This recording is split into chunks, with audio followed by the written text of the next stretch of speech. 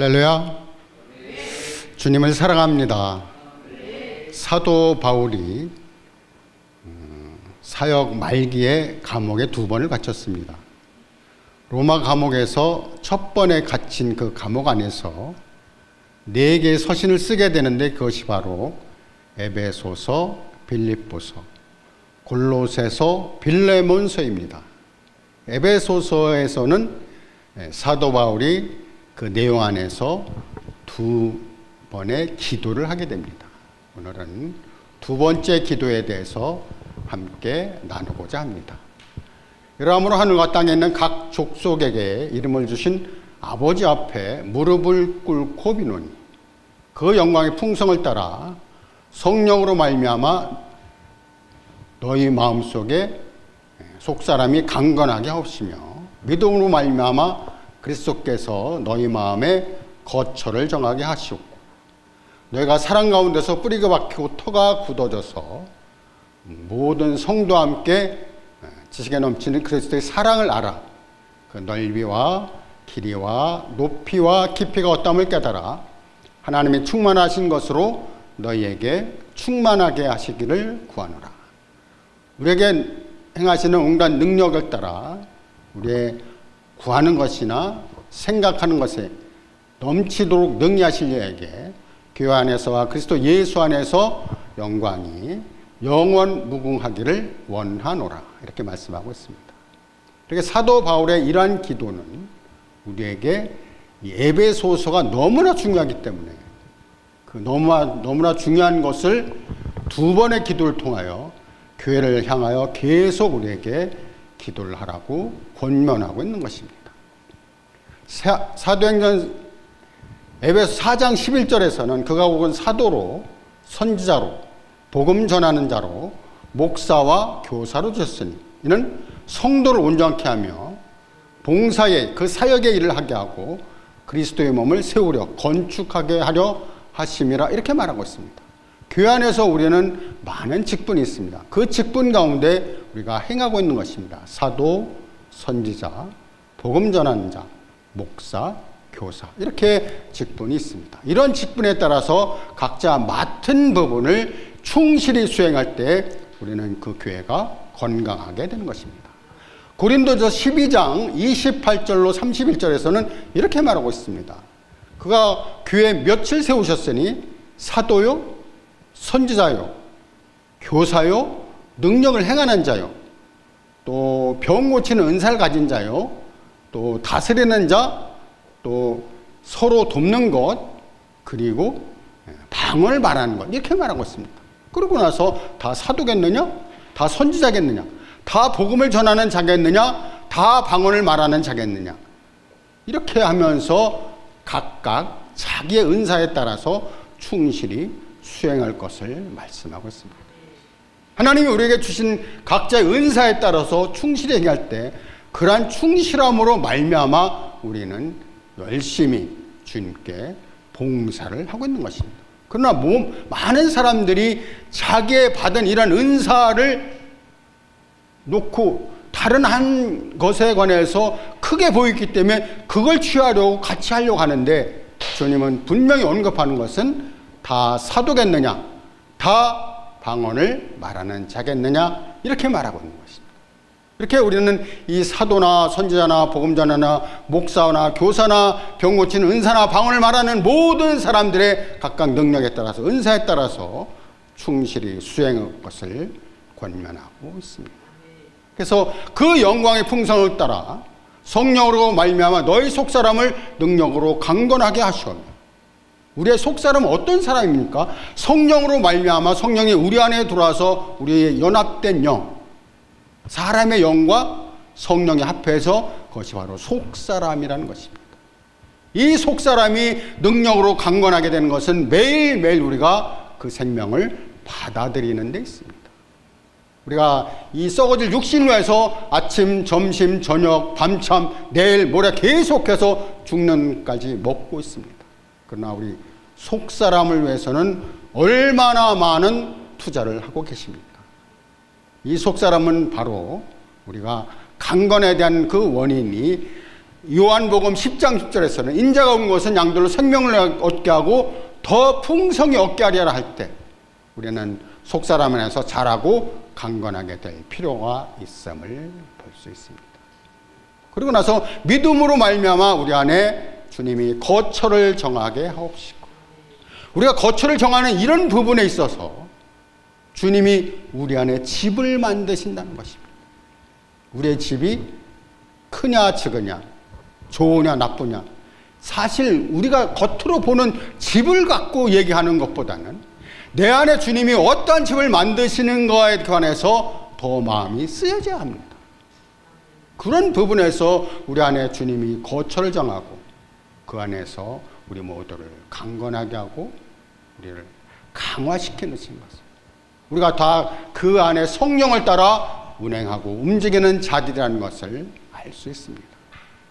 주님이 오셔서 율법을 폐하겠느냐 아니라 도리어 완성케 하려 함이라 이렇게 말씀하실 때 율법은 우리의 몽학 선생이 되어서 그리스도 오시기까지 우리 안에서 우리를 가두어서 세상 밖으로부터 보호를 했지만, 주님이 오신다는 것은 우리의 모든 것을 버리고 주님께로 돌아가서 주님께 모든 것을 받게 된다는 것입니다.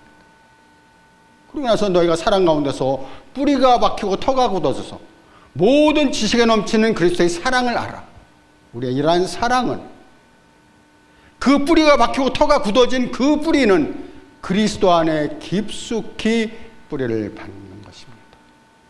시냇가에 뿌리를 박은 그 나무는 잎사귀가 청청하여 마르지 않는다고 되어 있는데, 우리 주님께 뿌리를 박은 그 뿌리는 영원토록 잎사귀가 마르지 않는 청청한 나무가 될 것입니다. 그 레바논의 백향목 같은 경우에는 뿌리를 거의 2000m나 박아서 그것이 성전의 그 건축 재료가 된 것을 볼 수 있는데, 주님 안에서 이런 뿌리를 박을 때 우리는 요동치 않게 된다는 것입니다. 그래서 에베소서 4장 13절에서는 우리가 다 하나님의 아들을 믿는 것과 아는 것에 하나가 되어 온전한 사람을 이루어 그리스도의 장성한 분량이 충만한 데까지 이르리니 이제부터 너희가 어린아이가 되지 아니하며 사랑의 개술과 모든 그러니까 유혹하는 미혹에 요동치 않게 하려 함이라 말씀하고 있으며, 그는 그리스도라 그가 곧 머리라는 것을 말씀하고 있습니다. 그래서 서로 상합하고 연합하여 서로 건축된다라고 말씀하고 있는 거죠. 사랑 가운데 뿌리가 박히고 터가 얻어서 모든 지식에 넘친 그리스도의 사랑을 알 때 어떤 사랑입니까? 넓이와 길이와 높이와 깊이를 아는 것입니다. 그러한 사랑은 성소 안에서 성막과 성전과 새 예루살렘이 있는데, 성막 안에서는 지성소의 넓이가 10규빗, 10규빗, 10규빗, 높이 가로 세로 높이가 10이었습니다. 규빗은 45.6cm였고 작은 크기였습니다. 그러나 성막 안에서는 이것이 20으로 바뀝니다. 20규빗, 20규빗, 20규빗 바뀌어서 커지죠. 그 성전이 그렇게 성전이 바뀌죠. 그 다음에 새 예루살렘에서는 12,000 스타디온, 어떤 책에서는 185m로 되어 있고 어떤 책에서는 192m로 되어 있습니다. 이렇게 성막이 바뀐 것을 볼 수 있습니다. 새 예루살렘의 그 크기를 보니까 2200km, 어떤 거는 2300, 그러니까 195냐 190이냐에 따라서 이렇게 약간 달라지는데, 그러한 것으로 우리가 변화되는 것을 볼 수 있습니다. 우리의 지경이 얼마나 높습니까? 우리의 지경 안에서 우리는 내가 스스로 좁히는 것입니다. 그러나 주님은 우리 모두를 우주로 이끌어서 12,000 스타디온의 그 넓이의 거룩한 성에 내려오는 것을 보고 그 안에서 우리가 함께 참여하는 자라고 이렇게 말씀하고 있는 것입니다. 넓이와 길이와 높이와 깊이가 어떠함을 깨달아 하나님의 충만하신 것으로 우리에게 충만하시기를 구한다라고 말씀하십니다. 이 충만에 관해서 에베소 1장에서는 교회는 그의 몸이니 만물 안에서 만물을 충만케 하시는 자의 충만함이라고 말하고 있습니다. 충만. 충만이라는 단어는 얼마나 좋습니까? 한두 사람이 아름답게 보이는 것과 여럿이 모여서 함께 있는 그 모든 것들이 우리는 충만함을 이렇게 이룰 수 있습니다. 하나님이 모든 충만하신 것으로 우리 모두에게 충만하게 하시길 원합니다. 우리의 온갖 구하는 것이나 생각하는 것에 주님 우리의 모든 기도를 들으십니다. 그러나 그 기도가 어느 날 내가 구하지 않은 것을 이루어 주신다는 느낌은 없었나요? 주님은 우리의 기도를 들으실 뿐만 아니라 온갖 구하시는 것이나 생각하는 모든 것에 내가 생각한 모든 것을 주님이 이루어 주신다는 것을 알 수 있습니다. 물론 정욕에 쓰라고 아니면 그걸 가지고 주님 밖으로 나가는 이런 우를 범하지 않기 위해서 안 주시는 경우도 있지만 주를 향한 많은 그런 감사와 기쁨이 넘치는 그런 간구와 기도를 할 때 또한 그를 향하여 어떠한 생각을 할 때 간구하지 않았다 할지라도 주님은 이런 모든 것들을 능히 공급하신다는 것을 볼 수 있습니다. 우리는 에베소서 안에서 이런 기도가 얼마나 주님께 영광을 돌리는지 모릅니다.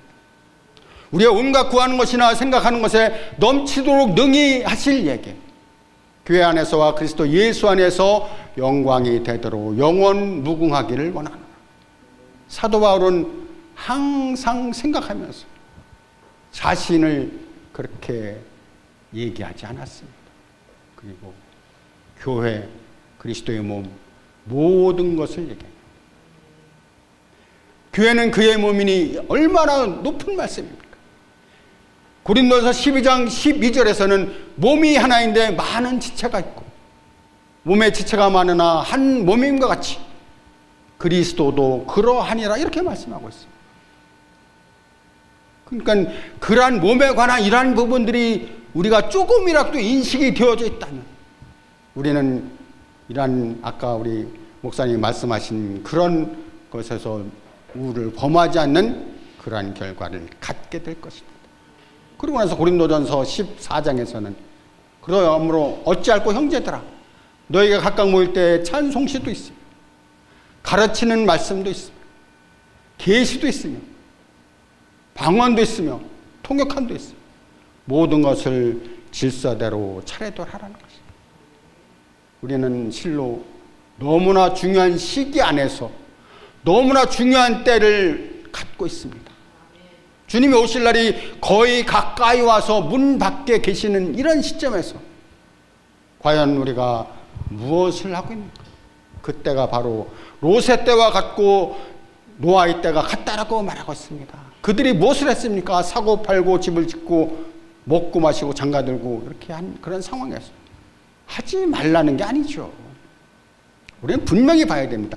하지 말라는 것이 아니고 내가 하고 있는 모든 것들의 포커스가 어디에 있느냐, 나의 초점이 어딘가를 말씀하고 있는 것입니다.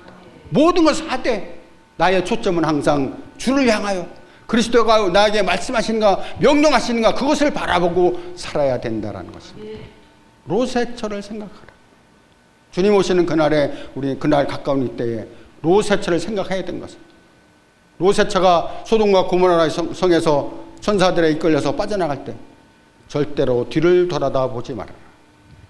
롯의 처는 자기가 두고 온 소돔과 고모라 성 안에서의 은금, 보물, 많은 것들 생각하면서 그 생각에 사로잡혔을 것입니다.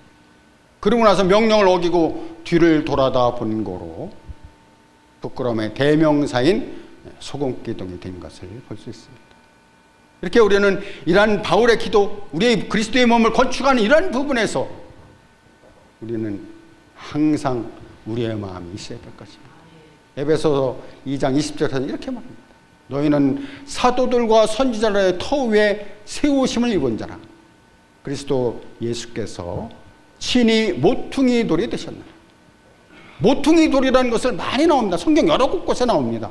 건축자들이 버린 돌이 모퉁이 돌이 되었나니. 모퉁이 돌을 이렇게 보시면은 지금은 뭐 콘크리트로 이렇게 기초하고 이렇게 세우죠. 그러나 과거에는 그렇게 세우지 않았습니다. 돌을 구퉁이마다 놓고 중간에 돌 놓고 그리고 돌 위에 나무를 세워서 건축을 한 것을 볼 수 있습니다. 그래서 모퉁이 돌은 다른 돌보다 큽니다. 4개의 모퉁이 돌은 항상 크게 되어 있습니다. 그러면 그 모퉁이 돌이 어떤 역할을 합니까? 한쪽은 유대인, 한쪽은 이방인을 어우르는 그 모퉁이 돌로서 그는 건축의 기초가 되는 것입니다. 그 안에서 건물마다 서로 연결하여 주 안에서 성전이 되어가고 너희도 성령 안에서 하나님의 거하실 처소가 되기 위하여 그리스도 예수 안에서 함께 건축되어 가느니라. 이렇게 말씀하고 있는 것입니다. 이렇게 우리는 이 교회를 통하여 우리에게 주신 이러한 이상과 그러한 것이 흐리지 않도록 우리가 항상 주님께 영광을 돌리는 삶으로 이끌어야 할 것입니다. 우리의 마음이 어디 있습니까? 우리는 주님께서 우리에게 모든 것을 보여줬습니다. 우리 안에서 하나님이 거하시는 보좌가 있습니까? 주님이 우리에게 보좌를 주지 않으셨나요? 하나님이 우리 안에서 거처를 정하시고 우리 안에서 내 마음에 속사람을 강건케 하면서 우리 안에 보좌가 있지 않는가요? 실질적으로 주님이 우리에게 보좌를 보여주지 않았나요?